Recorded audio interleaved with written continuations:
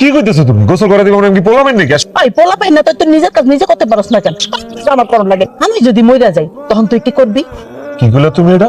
খবরদার মা, জীবনে যদি মুখ এসব আজারের কথা কোনদিন আনছো, এসব কথা কইবা না।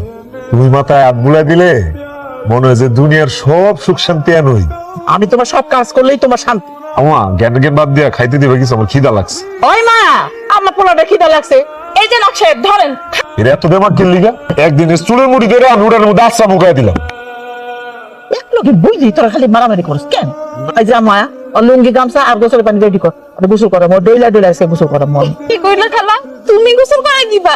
জমিটা তোমার দাদার নামে, তোমার বাপে তো তোমার নামেই দিয়েছে, কাগজপত্র তো সব ঠিক আছে, খাজনা পাতি তো দেওয়া নাই, সামান্য কিছু টাকা বাকি দিয়ে দিব চাচা। সবই তো বললাম। এত